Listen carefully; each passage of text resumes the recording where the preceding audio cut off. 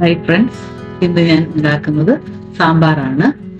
അതിനായി ആദ്യം സാമ്പാർ പൊടി തയ്യാറാക്കാം. മല്ലി 50 ഗ്രാം 3 മിനിറ്റ് ചൂടാക്കി എടുക്കുക. അതിന്റെ കളറ് ചെറുതായി മാറി വരുമ്പോൾ അതൊരു പാത്രത്തിലേക്ക് മാറ്റുക. മുളക് 25 ഗ്രാം 2 തൊട്ട് 3 മിനിറ്റ് വരെ ചൂടാക്കി എടുക്കുക. കരിയാതെ ശ്രദ്ധിക്കണം. കടലപ്പരിപ്പ് 25 ഗ്രാം,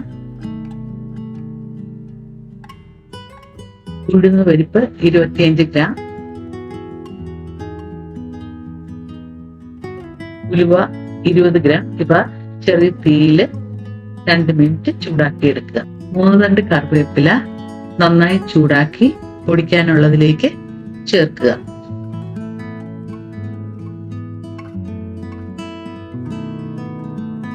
വെളിച്ചെണ്ണ 2 ടേബിൾ സ്പൂൺ പാനിലേക്ക് ഒഴിച്ച് 30 ഗ്രാം കായമിട്ട് ചെറുതീയിൽ തിരിച്ചും മറിച്ചുമിട്ട് നന്നായി മൂപ്പിച്ചെടുക്കുക.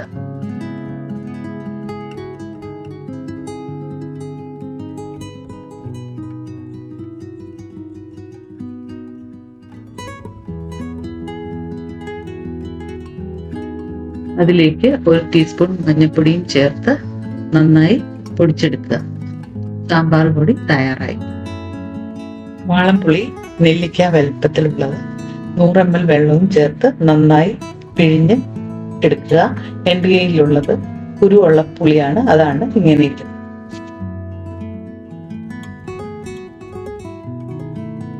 ഒരു കുക്കറിലേക്ക് 1 കപ്പ് തുവരപ്പരിപ്പ്, 500 ml വെള്ളവും 1/2 ടീസ്പൂൺ മഞ്ഞൾപ്പൊടിയും ചേർത്ത് 5 വിസിൽ വരുന്നത് വരെ വേവിക്കുക. ഒരു പാത്രം അടുപ്പിൽ വെച്ച് അതിലേക്ക് കിഴങ്ങ് 200 ഗ്രാം, ക്യാരറ്റ് 100 ഗ്രാം, വെള്ളരി 100 ഗ്രാം, മത്തങ്ങ 100 ഗ്രാം, വഴുതനങ്ങ 100 ഗ്രാം, കുമ്പളങ്ങ 100 ഗ്രാം, മുരിങ്ങയ്ക്ക 150 ഗ്രാം, ചെറിയ ഉള്ളി 100 ഗ്രാം, പച്ചമുളക് 2 എണ്ണം രണ്ടായി മുറിച്ചത്, കുറച്ച് കറിവേപ്പില, ഉപ്പ് 1/2 ടീസ്പൂൺ, മഞ്ഞൾപ്പൊടി 1/2 ടീസ്പൂൺ, വെള്ളം 1.5 ലിറ്റർ. നന്നായി ഇളക്കി അടച്ചു വെച്ച് 10 മിനിറ്റ് വേവിക്കുക.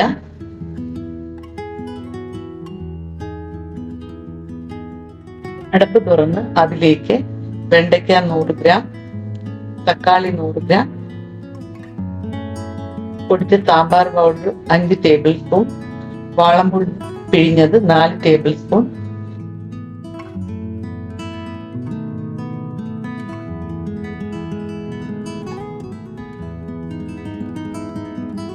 ഇതിലേക്ക് വേവിച്ച് വെച്ചിരിക്കുന്ന പരിപ്പ് ചേർക്കുക.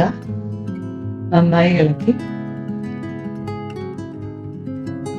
ശർക്കര 20 ഗ്രാം, കുറച്ച് മല്ലിയിലയും ചേർത്ത് ആവശ്യമെങ്കിൽ പുളിയും ഉപ്പും ചേർത്ത് അടച്ചു വെച്ച് 5 മിനിറ്റ് വേവിക്കുക. അടപ്പ് തുറന്ന് കുറച്ച് മല്ലിയിലയും ചേർത്ത് തീ ഓഫ് ചെയ്യുക. ഒരു ചട്ടിയിലേക്ക് 3 ടേബിൾ സ്പൂൺ വെളിച്ചെണ്ണ ഒഴിച്ച് അതിലേക്ക് 1 ടീസ്പൂൺ കടുക്, 1/2 ടീസ്പൂൺ ഉലുവ, ചെറിയ ഉള്ളി 5 എണ്ണം അരിഞ്ഞത്, വെളുത്തുള്ളി 3 എണ്ണം ചെറുതായി അരിഞ്ഞത്, ഉണക്കമുളക് 2ആയി മുറിച്ചത്, കുറച്ച് കറിവേപ്പിലയും ചേർത്ത് മൂപ്പിക്കുക.